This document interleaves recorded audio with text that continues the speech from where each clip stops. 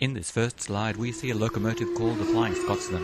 Its name is a reference to the legendary ship the Flying Dutchman, which supposedly was only able to emerge from the seas every 7 years. The main differences are that the Flying Scotsman is real, and whereas the Dutchman sailed the mythical seas, the Scotsman moves on metal rails, also called tracks. This slide shows a group of men sitting on a set of these metal tracks. They formed a band in the 60s called the Animals, so clearly they are making a visual pun on the term animal tracks, meaning tracks left by animals. It is actually a three-way pun, as the recorded songs are also called tracks, so it refers to audio tracks played by the Animals. A similar play on the word track was used by the managers of the band The Who, setting up a recording company called Track Records. The cleverness of this involves the fact that every recording of theirs is a track record. This particular example is a pressing of the song Summertime Blues by rock legend Eddie Cochran, as recorded live by The Who and taken from their Live at Leeds album. This photo is of The Who playing on a production called Rock and Roll Circus, organised by the Rolling Stones. You can see their instrumentation. Apart from having a lead vocalist and two backup vocalists, they use a complete drum kit, a bass guitar and an electric guitar. The electric guitar is solid-bodied with steel strings and has no resonating chamber. For this reason, its sound has to be electronically amplified. In contrast, this is an acoustic nylon string guitar. It has a resonating chamber that works in such a way that the vibrations of the strings are transmitted to it through the bridge.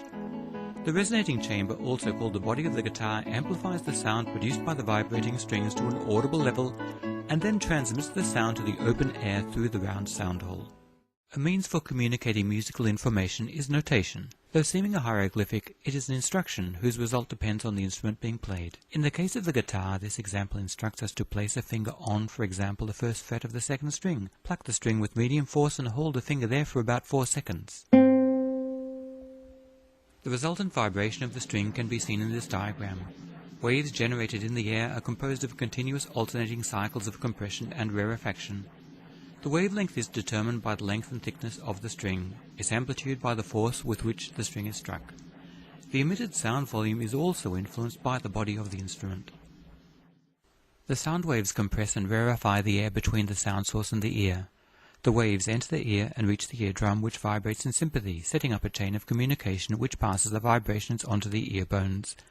These amplify the signal which passes through the cochlea, translating the physical vibrations into electrical information, then passed on to the hearing nerve. The hearing nerve transmits this information to the cerebral cortex, to be interpreted by the brain. It's sent through a chain of nuclei to the auditory cortex at the rear of the brain, where it's deciphered. Science still doesn't understand exactly how this comes about, so if you're listening to music and hear a fuzzy glow towards the back of your head, maybe it's the auditory cortex working to make sense of what you're sending it.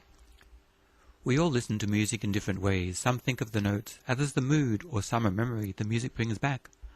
Some might think of abstract images, and others might even think of a locomotive, which you will note effectively completes a cyclic train of thought.